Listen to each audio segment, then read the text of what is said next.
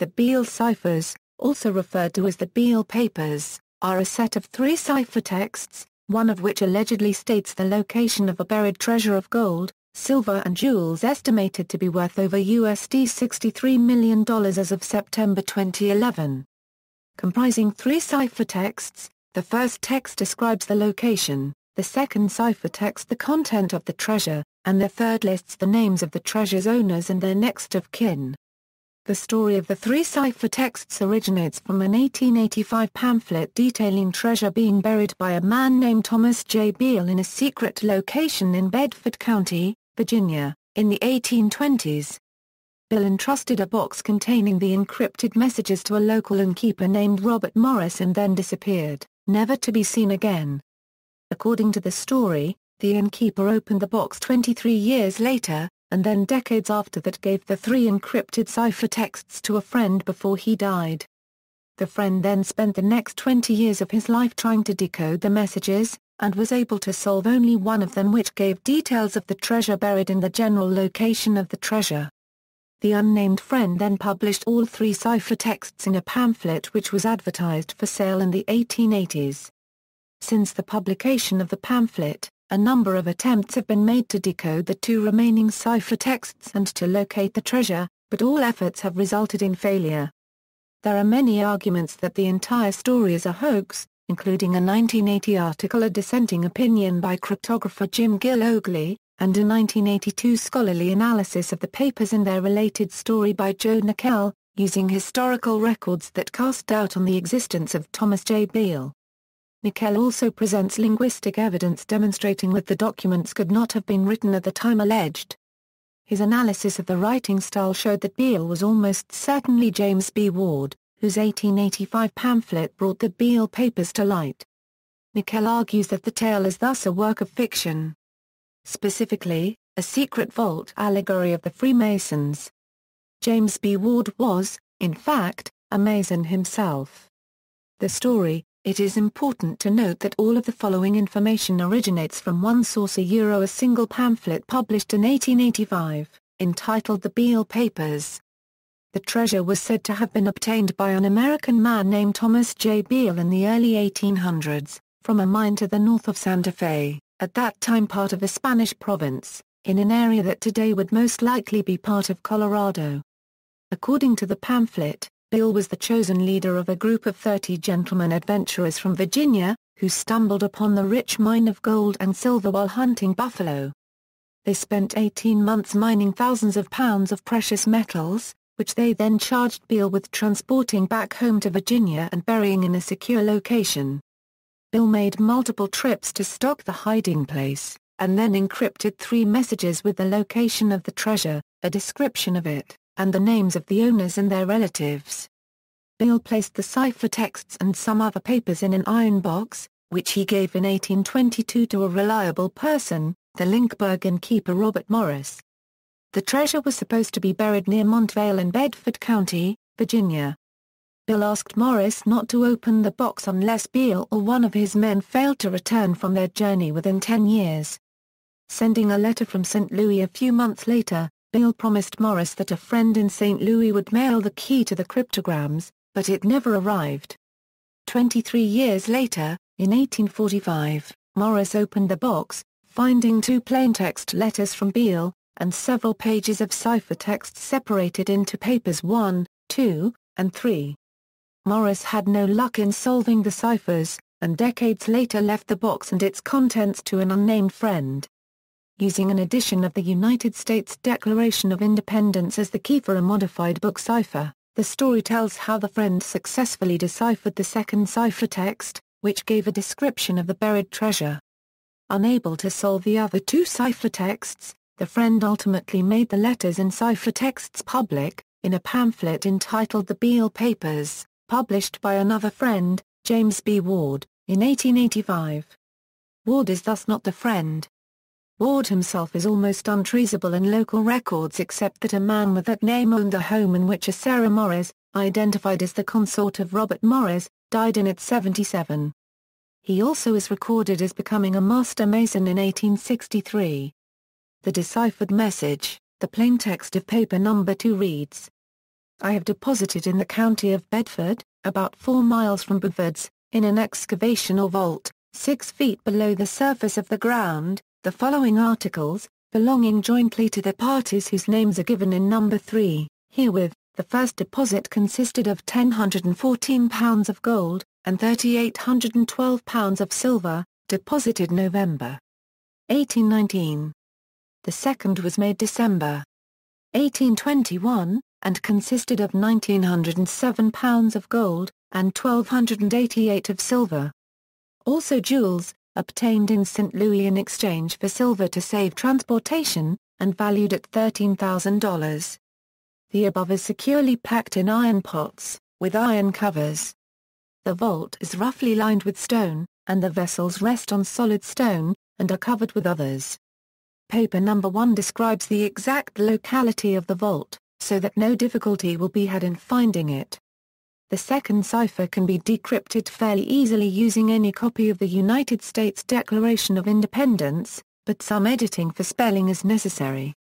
To decrypt it, one finds the word corresponding to the number, and takes the first letter of that word. Beale used a version of United States Declaration of Independence different from the original.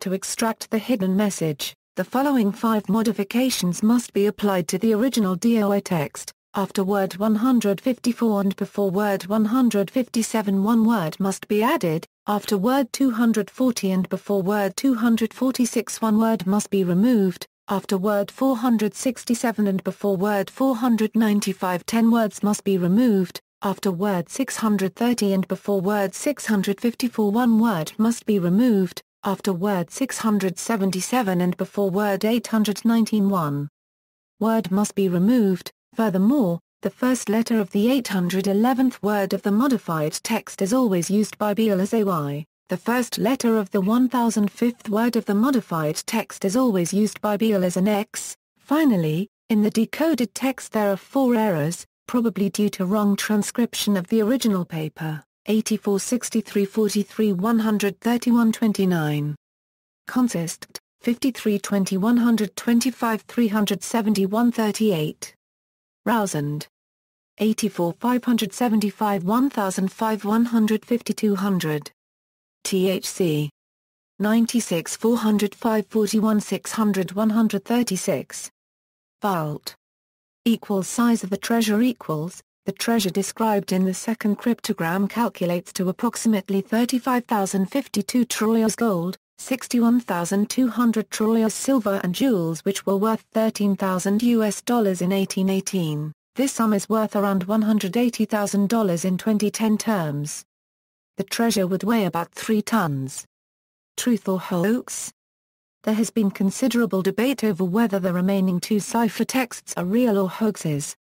An early researcher, Carl Hammer of Sperry Univ, used supercomputers of the late 1960s to analyze the ciphers and found that while the ciphers were poorly encoded, the 2 undeciphered ones did not show the patterns one would expect of randomly chosen numbers in probably encoded and intelligible text. Other questions remain about the authenticity of the pamphlet's account. In 1934, Dr. Clarence Williams, a researcher at the Library of Congress, said, "To me, the pamphlet story has all the earmarks of a fake." There was no evidence save the word of the unknown author of the pamphlet that he ever had the papers.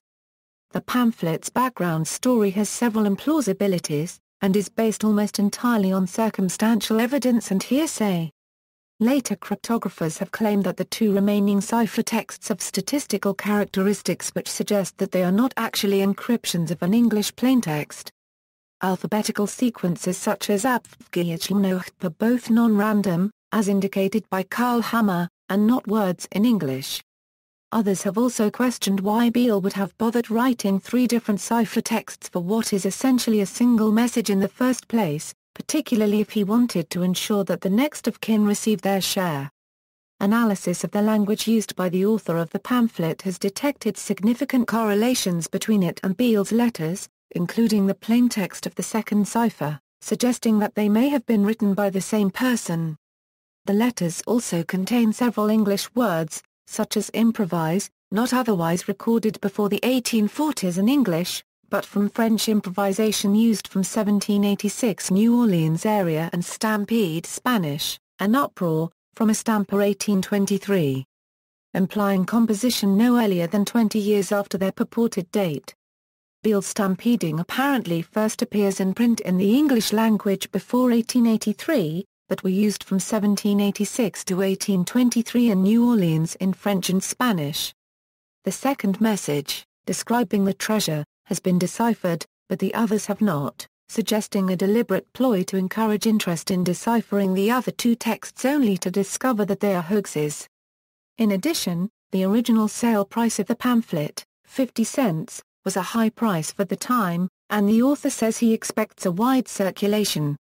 The third cipher appears to be too short to list 30 individuals next of kin. If the Declaration of Independence is used as a key for the first cipher, it yields alphabetical sequences such as APFGHLNOHP and others. According to the American Cryptogram Association, the chances of such sequences appearing multiple times in the one ciphertext by chance are less than 1 in 100 million. Robert Morris, as represented in the pamphlet, says he was running the Washington Hotel in 1820. Yet contemporary records show he did not start in that position until at least 1823. There have been many attempts to break the remaining ciphers. Most attempts have tried other historical texts as keys, assuming the ciphertexts were produced with some book cipher, but none have been recognized as successful to date. Breaking the cipher may depend on random chance. So far, even the most skilled cryptanalysts who have attempted them have been defeated.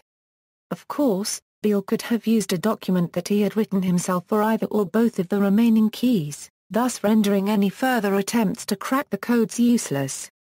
Did Thomas J. Beale exist?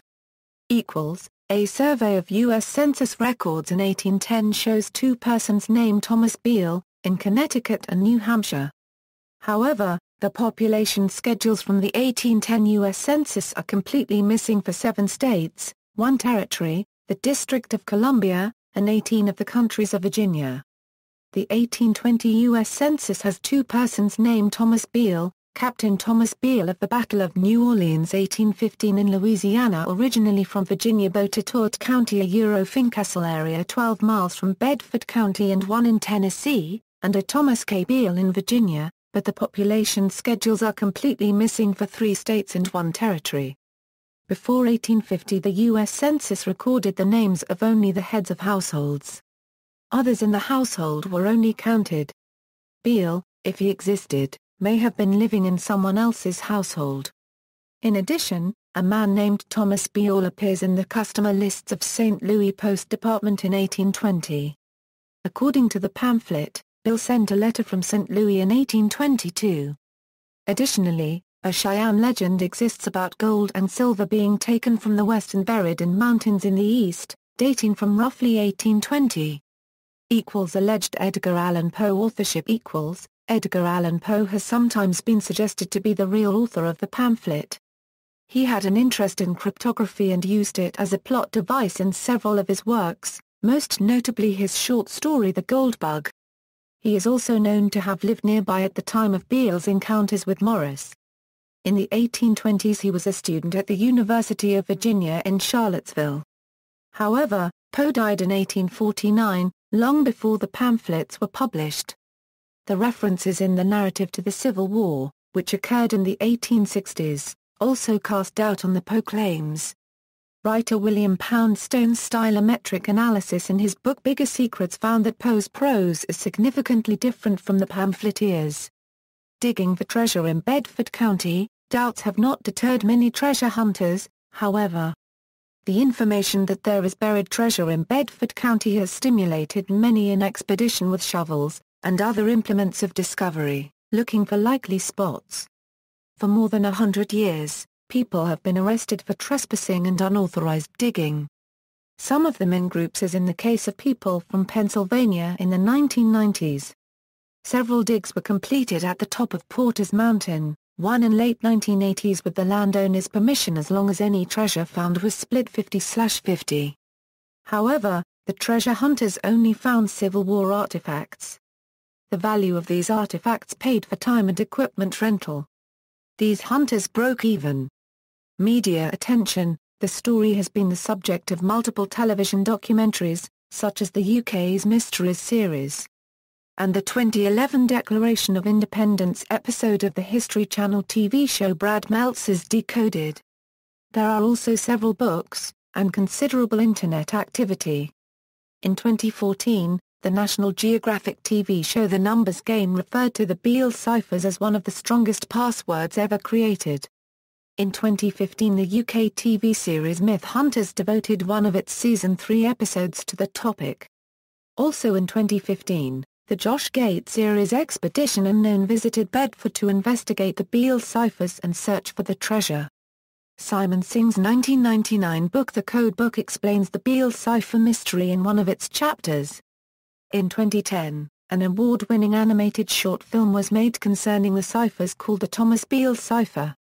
See also: List of famous ciphertexts. Ren Le Car sent to a similar case where encrypted documents, discovered in a church in France, allegedly refer to a hidden treasure. Peralta Stones, James Reeves, Peralta Land Claim, Business Plot. References. Further reading: Vemester, Peter.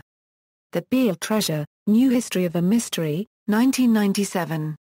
Published by Hamilton's, Bedford, Virginia, Gil Oakley, James J. The Beale Cipher, A Dissenting Opinion, April 1980. Cryptologia, Volume 4, Number 2, Easterling, E.J. In Search of a Golden Vault, The Beale Treasure Mystery. Copyright 1995/revised in 2011. Avenel Publishing, 1170 Easter Lane, Blue Ridge, Virginia, 24064.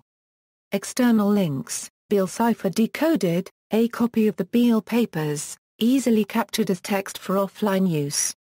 A transcription, not an image. A copy of the key text, numbered, included in the original Beale Papers. Also, as text, the numbers in the unbroken ciphertexts. The Legendary Beale Treasure, overview of some of the literature on the Beale Ciphers, the Beale Papers hoax, the making of mysteries, a rare copy of the 1885 original paper reporting the story, the Thomas Beale Cipher at the Internet Movie Database, €1 to the first. The template skeptoid is being considered for deletion. €, skeptoid number 301, the Beale Ciphers at Skeptoid, the Beale Papers.